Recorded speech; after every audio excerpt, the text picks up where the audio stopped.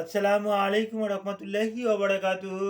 জি, আমি ডাক্তার মীর শহীদুল ইসলাম, ঐতিহ্যবাহী শেখ গার্ড সিলেট থেকে আপনাদের মাঝে সংযুক্ত হয়েছি।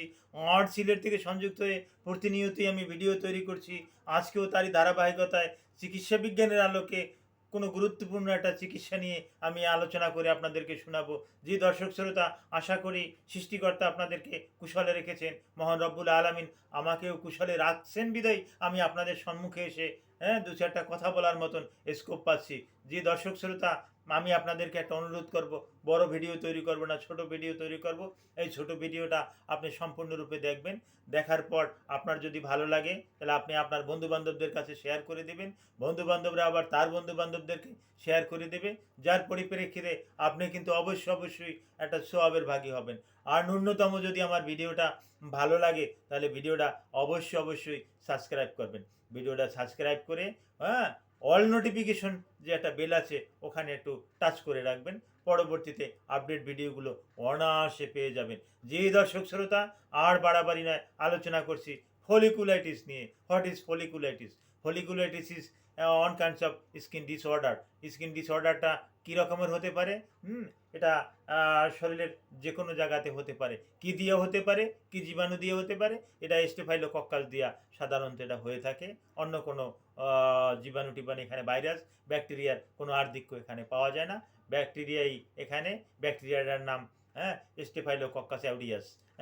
স্টেফাইলোকক্কাস অ্যাউরিয়াস, এটা শরীরের বিভিন্ন জায়গাতে দাগের সৃষ্টি করে, ক্ষতের সৃষ্টি করে, ওখানে পুজের সৃষ্টি করে। তা বেশি ছোট ছোট যে গুটি গুটি ফেজে যে হয়, ব্রণের মতন, একনির মতন, একনি বালগারিয়াসের মতন, এরকমের সমস্যা কিন্তু সমস্ত শরীরে দেখা যায়। এটা ওই মাথায় হতে পারে, ঘাড়ে হতে পারে, ফেজে হতে পারে, বগলের নিচে হতে পারে, বুকে হতে পারে, পেটে হতে পারে। হ্যাঁ এটা ওই ইঙ্গুইনাল অঞ্চলে হতে পারে, চিপায় চাপায় হতে পারে, এটা ওই পায়ে হতে পারে। হ্যাঁ পায়ের একদম নিচ পর্যন্ত হতে পারে। এটা মহিলাদের ক্ষেত্রে একটু, পুরুষদের থেকে মহিলাদের ক্ষেত্রে একটু বেশি হয়ে যায়। তার একটা কারণ, মহিলারা একটু ভিজার কাজটা একটু বেশি করে, স্যাঁতসেঁতে জায়গায় থাকে, তাদের শরীরটা একটু ঘামে বেশি, যার পরিপ্রেক্ষিতে তাদের এই ফলিকুলাইটিসটা একটু বেশি হয়ে যায়। আর এই ফলিকুলাইটিসটা বেশি হওয়ার পরিপ্রেক্ষিতে তাদেরকে একটু শুকনো জায়গাতে আমরা থাকার পরামর্শ দেই। শুকনো জায়গাতে থাকলে তাদের আর এই ফলিকুলাইটিসটা একটু আম, আহ, কম হয়। আর এটা হলে এর লক্ষণটা কি? লক্ষণটা স্কিনটা লাল লাল হয়ে যাবে, খুব যাবে, ওটাকে একটু ইটি নখ দিয়ে একটু এভাবে আঁচড় দিলে ওটা হয়ে যাবে, ছিঁড়ে যাবে, অন্য আর এক জায়গা দিয়ে হবে, এভাবে সমস্ত শরীরে আসবে। এর বিষে সমস্ত শরীরে প্রচণ্ড রকম একটা পেন থাকবে, ব্যথা থাকবে। এরকম বেশি ব্যথা থাকলে আমরা রুগীদেরকে অ্যানালজেসিক খাওয়ারও পরামর্শ দেই। আর শরীরে র্যাশ থাকবে, ইচিং থাকবে, ইচিংয়ের পরিমাণটা বেশি থাকবে। ইচিংটা বেশি হলে আমরা ভালো মানের একটা অ্যান্টিহিস্টামিন দিয়ে থাকি। আর ব্যাকটেরিয়াটা সম্পূর্ণরূপে এটা ওই নিরাময়যোগ্য। এটা বয়সের তারতম্য অনুসারে কাকে কোন ধরনের অ্যান্টিবায়োটিক দিয়ে চিকিৎসা করতে হবে, এটা আমাদের কাছে রুগীরা আসলে আমরা তখন রুগীর ফিজিক্যালি রুগীটাকে দেখে তখন কিন্তু একটা সাজেশন দেই যে আপনার শরীরের জন্য এই অ্যান্টিবায়োটিকটা মানানসই। এই অ্যান্টিবায়োটিকটা আপনি 7 থেকে 10 দিন খাইলে আপনার এই ফলিকুলাইটিসটা সম্পূর্ণরূপে ভালো হয়ে যাবে। তো ফলিকুলাইটিসটা হলে আপনি অবহেলা করবেন না, অবশ্যই চিকিৎসকের কাছে যাবেন।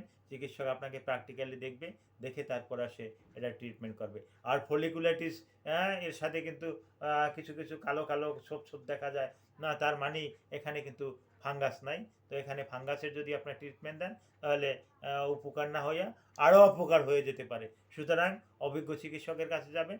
অভিজ্ঞ চিকিৎসক ওই ফলিকুলাইটিস শনাক্ত করবে। শনাক্ত করার পর আপনাকে ওই প্রয়োজনীয়, মাথায় হলে প্রয়োজনীয় শ্যাম্পু, শরীরের অন্যান্য জায়গাতে বিভিন্ন অ্যান্টি ব্যাকটেরিয়াল কোনো অয়েন্টমেন্ট, ক্রিম, ওরালি কোনো অ্যান্টিব্যাকটেরিয়াল ট্যাবলেট, ক্যাপসুল, এগুলো দিতে পারে।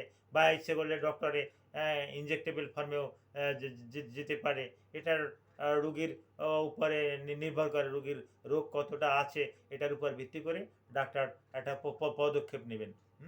তো এই পদক্ষেপটা নিলে রোগীটা সম্পূর্ণরূপে ভালো হয়ে যায়। আর এই রোগটা হলে কোনো রকমের অবহেলা না করিয়ে এই ফলিকুলাইটিস হলে যত দ্রুত সম্ভব আপনি চিকিৎসকের শরণাপন্ন হবেন। চিকিৎসক কিন্তু আপনাকে এটার ভালো একটা সমাধান দিতে সক্ষম হবে। এতক্ষণ আমার সাথে থাকার জন্য আপনাদেরকে ধন্যবাদ জানাচ্ছি।